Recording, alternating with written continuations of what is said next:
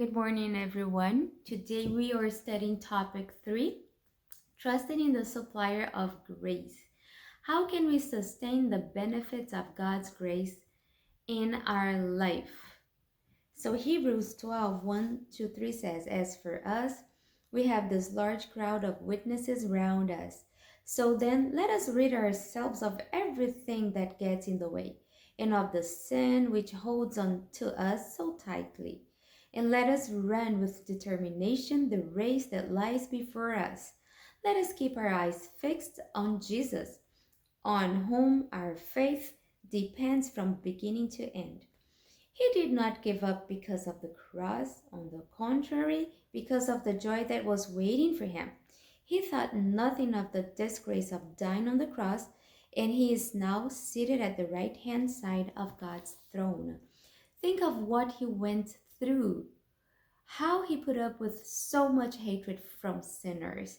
So do not let yourselves become discouraged and give up. Going back to our question, how can we sustain the benefits of God's grace in our life? It says here right in the beginning of the verse, actually in verse 2, it says, let us keep our eyes fixed on Jesus.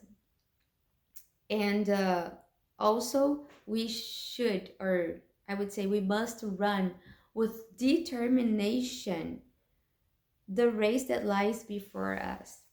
I'm going to read some chunks of the note.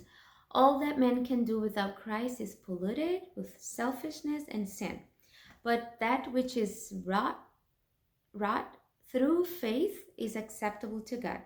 When we seek to gain heaven through the merits of Christ, the soul makes progress.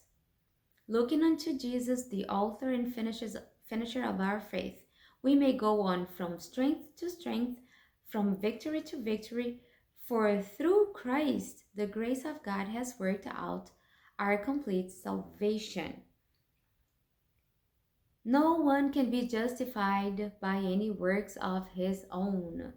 He can be delivered from the guilt of sin, from the condemnation of the law, from the penalty of transgression, only by virtue of the suffering, death, and resurrection of Christ. Faith is the only condition upon which justification can be obtained, and faith includes not only belief, but trust. Going to B. Question B. How are we to avoid frustrating God's grace? Galatians 2:21 says, I do not make void the grace of God, for if righteousness is through the law, then Christ died for nothing. So how can I avoid frustrating God's grace? The note says, solid faith will not lead anyone away into fanaticism or into acting the slothful servant. It is the bewitching power of Satan that leads men to look to themselves in the place of looking to Jesus. So that's the way we frustrate God's grace, when we look to ourselves, right? When we think that our own works are going to save us. The righteousness of Christ must go before us if the glory of the Lord becomes our reward. If we do God's will, we may accept large blessings as God's free gift, but not because of any merit in us.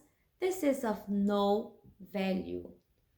Do the work of Christ, and you honor God and come off more than conquerors through him that has loved us and given his life for us, that we should have life and salvation in Jesus Christ. So the very last part of the note is very important, because although we are not saved by our own works, we know that a faith without works is dead, right?